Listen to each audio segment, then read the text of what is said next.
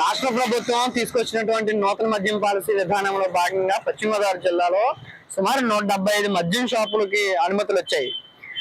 వాటికి విరుద్ధంగా మరో సుమారు 350 బెల్ట్ షాపులు కూడా గ్రామాన ఈ రోజున మద్యం షాపులుగా వెలిసాయి. దీనివల్ల ప్రజలు అనేకమైనటువంటి ఇబ్బందులు పడతా ఉన్నారు. ఒకవైపు రాష్ట్ర ప్రభుత్వం నిర్దేశించినటువంటి మార్గదర్శకాలకి తూట్లు పొడుస్తూ ఈరోజు మద్యం వ్యాపారస్తులు మరింత స్థానికంగా ఉన్నటువంటి ప్రజాప్రతినిధుల బలంతో అన్నతో ఈరోజు మద్యాన్ని ఎక్కువ రేట్లకి అమ్మేటువంటి పరిస్థితి కూడా కనిపిస్తా ఉంది. ప్రధానంగా పశ్చిమ గోదావరి జిల్లాలో ఈ మధ్య కాలంలో నరసాపురం నియోజకవర్గంలో ఒక ఆడియో కూడా ఇటీవల కాలంలో వైరల్ అయింది. ప్రధానంగా ప్రజాప్రతినిధులుగా ఉన్నటువంటి నాయకులు వాళ్ళ అనుచరులు మద్యం షాపులు అమ్మేటువంటి వ్యాపారస్తులతో కుమ్మక్కయ్యి బాటిల్కి 20 రూపాయలు అదనంగా అమ్మండి, ఏం కాదు, ప్రొబేషన్ అధికారులు కానీ మరొక ఎక్సైజ్ అధికారులు కానీ వాళ్ళు ఏం మాట్లాడరు, మేము తీసుకుంటాం, ఏమన్నా వస్తే ప్రభుత్వం మనది అనేటువంటి ఒక అహంకార చర్యతో ఈ రోజున ప్రజలు నడ్డి విరిచే విధంగా మద్యాన్ని ఏర్లే పారే విధంగా ఈ రోజున అధికారులు ప్రయత్నం చేస్తా ఉన్నారు, ప్రజాప్రతినిధులు ప్రయత్నం చేస్తా ఉన్నారు. దీన్ని తీవ్రంగా ఖండిస్తా ఉన్నాం. ఒకవైపు ఆంధ్రప్రదేశ్ కి మధ్యాంధ్రప్రదేశ్ గా మారుస్తూ నూతన మద్యం పాలసీ విధానం ఉంటే, మరొక వైపు క్షేత్రస్థాయిలో మద్యం వ్యాపారస్తులు ప్రజాప్రతినిధులతో కుమ్మక్కయ్యి ఈరోజు ప్రజలను అడ్డుతీర్చే విధంగా మరింత ఎక్కువ రేట్లకు అమ్ముతూ అనేక ఇబ్బందులు పడేటువంటి ప్రజలు అనేకమైన ఇబ్బందులు పడేటువంటి పరిస్థితి కనిపిస్తా ఉంది. ఈరోజు జిల్లాలో డీఎలక్షన్ సెంటర్ పెట్టాలని చెప్పేసి మేము అడుగుతా ఉన్నాం. అది ఎక్కడా కూడా ఒక్క మాట కూడా జిల్లా అధికారులు కానీ రాష్ట్ర ప్రభుత్వం కూడా మాట్లాడిన పరిస్థితి కనిపిస్తా ఉంది. తక్షణం ఈ మద్యం విధానాన్ని మార్పు చేయాలి, ప్రజలకి డీఎలక్షన్ సెంటర్లు పెట్టాలి, పేద ప్రజల్ని బ్రతికని రోడ్డు పాలు చేయకూడదని చెప్పేసి కూడా ఈ సందర్భంగా నేను రాష్ట్ర ప్రభుత్వం కోరుతాను. ఎక్కడైతే అవినీతికరంగా మద్యాన్ని ఎక్కువ రేట్లకు అమ్ముతున్నారో వారిపై తక్షణం ఎక్సైజ్ అధికారులు, ప్రొబేషన్ అధికారులు తక్షణ చర్యలు తీసుకోవాలి, జిల్లా అధికారులు తక్షణం స్పందించాలని చెప్పేసి కూడా ఈ సందర్భంగా మేము డిమాండ్ చేస్తా ఉన్నాం.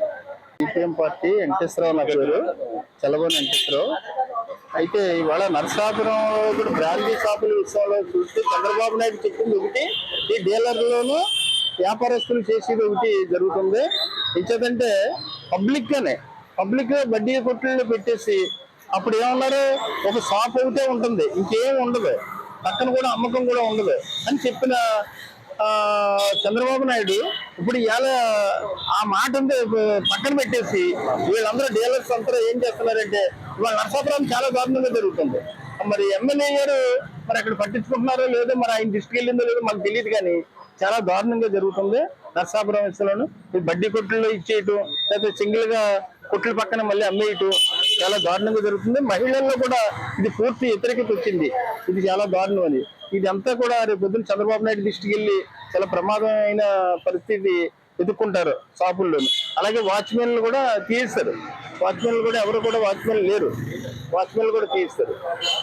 దీనివల్ల కూడా చాలా ఇబ్బందిగా ఉన్నది. ఆ వాచ్మెన్లు అనుకుంటే ఈ డీలర్లే నైట్ టైం అమ్మేస్తున్నారు పక్కన పెట్టండి. ఇది పబ్లిక్ సిటీకి చాలా దారుణంగా ఉంది. ఇది చంద్రబాబు నాయుడు దృష్టికి వెళ్ళాలి.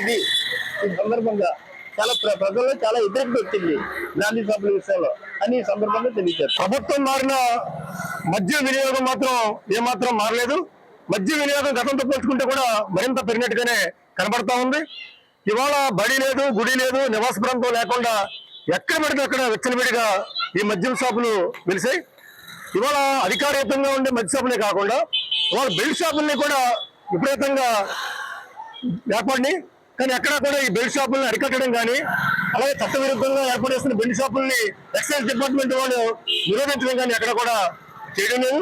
ఇవాళ మద్యం వినియోగం విపరీతంగా పెరగడం వల్ల ఒకటి పబ్లిక్ కి ఇవాళ నేషనల్ హైవే కావచ్చు, మెయిన్ రోడ్లు కావచ్చు, రోడ్డు పక్కనే నేషనల్ హైవే పక్కనే ఈ షాపులు పెట్టడం వల్ల కూడా రోడ్డు మీదే వాహనాలు పెట్టి మద్యాన్ని విక్రయాలు చేయడం వల్ల కూడా ట్రాఫిక్ విపరీతమైన అంతరాయం కలుగుతూ ఉంది. అలాగే నివాసాలు, ఇందులో గుడి ఉంది, బడి ఉంది, నివాస ప్రాంతం ఉంది, అక్కడ కూడా మద్యం షాపులు పెట్టడం వల్ల మద్యం మాఫియా కూడా అవసరమైతే అక్కడ స్థానికులు ఎవరైనా అభ్యంతరం పెడుతూ ఉంటే వాళ్ళని కూడా బెదిరింపులు చేసి, అంటే ఎందుకంటే వీళ్ళందరికీ కూడా అధికార పార్టీ అధికార కూటమి అండదండలు ఉండడంతో ఎవరన్నా అభ్యంతరం పెట్టినప్పుడు కూడా వాళ్ళు నోరు మూయించే విధంగానే వీళ్ళు వ్యవహరిస్తూ ఉన్నారు. ఇంకా బెల్ట్ షాపులు అంటే చెప్పవలసిన లేకుండానే ఉన్నాయి. మరి గత ప్రభుత్వానికి ఈ ప్రభుత్వానికి ఏంటి తేడా అని చెప్పేసి మేము అడుగుతున్నాం. మేము ఒక నాణ్యమైన మద్యం ఇస్తాం, మద్యం రేటు తగ్గిస్తాం అని చెప్పారు. కానీ ఈ రెండు మీరు ఉల్లంఘించారు. మద్యాన్ని తాగించే పరిస్థితిని ఎక్కువ తీసుకొచ్చారు.